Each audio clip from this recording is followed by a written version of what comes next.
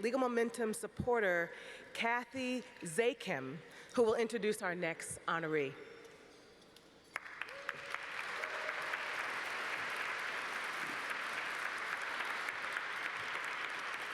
Hello, everybody. It's great to be back at the Aiming High Awards, and I want to congratulate today's award recipients and give a special nod to Mike Cook, one of our great teammates at Comcast. Congratulations to all of you and to Mike. So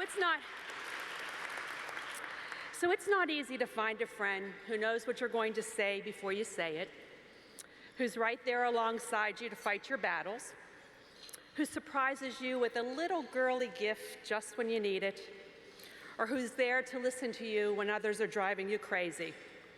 But when you do find such a friend, it's important to recognize him or her. And that is why I'm here today for Lynn Charytan. I know it's been said many times at this function, but truly in this case, there is no more aptly named award than Aiming High to give to Lynn. All that she does is beyond the highest reach.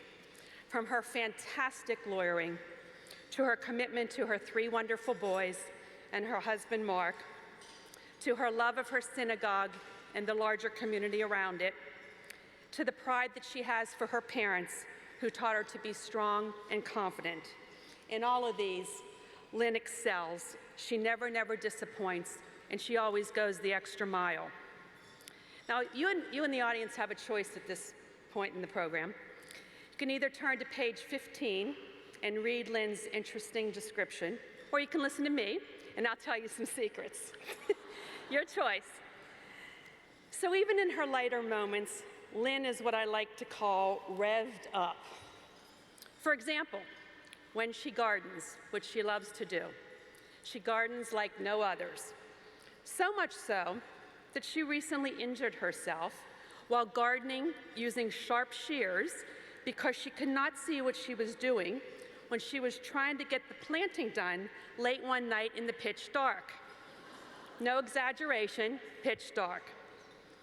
And beware, when Lynn asks you to take an exercise walk, to catch a quick breath of fresh air, you'd better be ready to walk at such a very fast pace that it would actually be more relaxing and easier to run.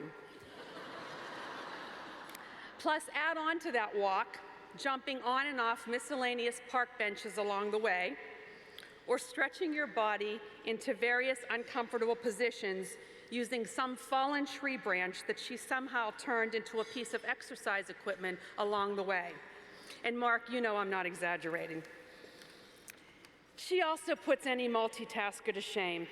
I've seen her so many times reviewing her son's homework, while she leads a conference call and offers valuable input, while planning a family vacation, while sending out email assignments as they actually arise on the conference call, while looking in her snack drawer to find what we can eat to actually get us through the call, while reviewing her calendar for the next day to make sure that every single minute is filled.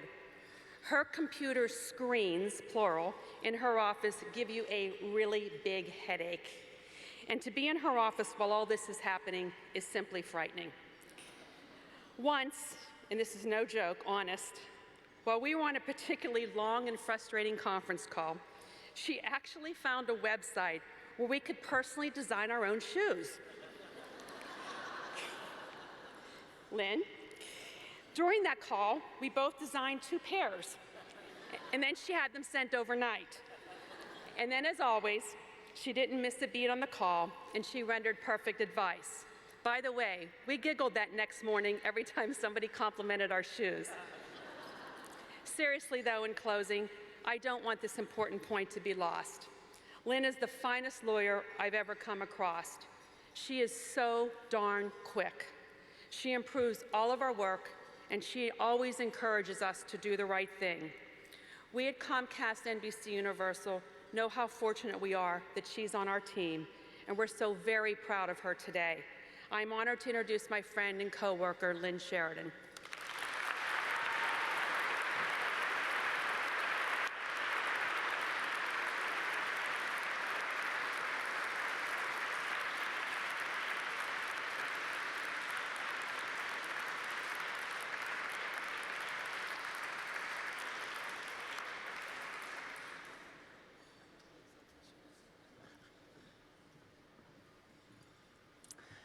Thank you, Kathy, and congratulations to all my fellow honorees.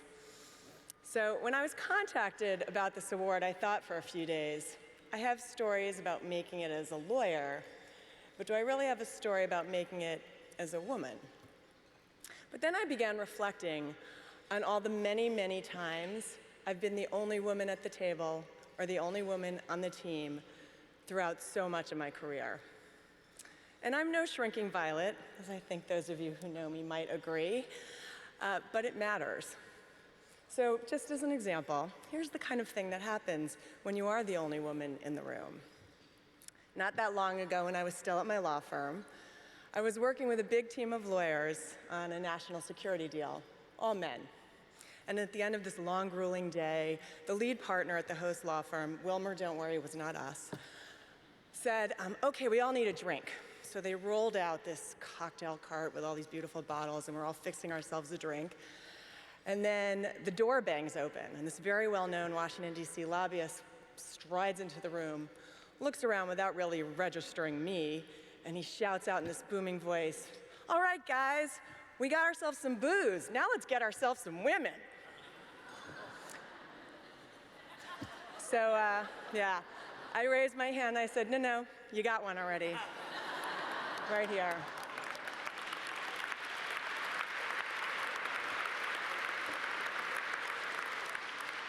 So here's the clincher. He wasn't even embarrassed, just slightly surprised I was actually there. So let me just say, with all those many years behind me, and it was not that many years ago, I'm especially happy to be here accepting this award.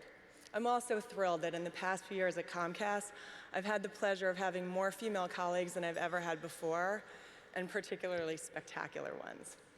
And by the way, if you want to see legal momentum powered by women in action, just drop by when there's a legal emergency when Kathy, Zachem, and I are together at the end of a day, and that is something. I want to take my final moments up here to recognize another woman who was no shrinking violet, and that was my grandmother, Lynn Charytan. She had the bad fortune to be living in Poland when the Nazis invaded. Most members of her large extended family were killed before her eyes. Her husband, who had gone into hiding, was informed upon and then shot.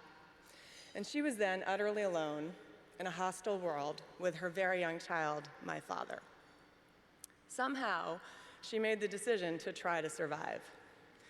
So she wandered through the dark and the cold, and after several dangerous rejections, she somehow found a family who was willing to help her. They let her stay in their potato cellar, which is basically a cold, dark hole in the ground. And that's where she and my father hid, miserably, for nearly 2 years. But they made it. After the war, she stayed in an Allied DP camp. She snuck across the Alps on foot with my father, and she got into Italy, started life over. A little while later, she crossed the ocean to this country, where she and her then second husband started life over again. And they worked. They founded the Charytan dry goods store on the Lower East Side, and they kept going. And from that, my grandmother, this tough woman, managed to send her son to medical school and help me, many years later, but many years ago, buy my first house. So whatever grit and determination I have that brings me to this moment, I come by it genetically.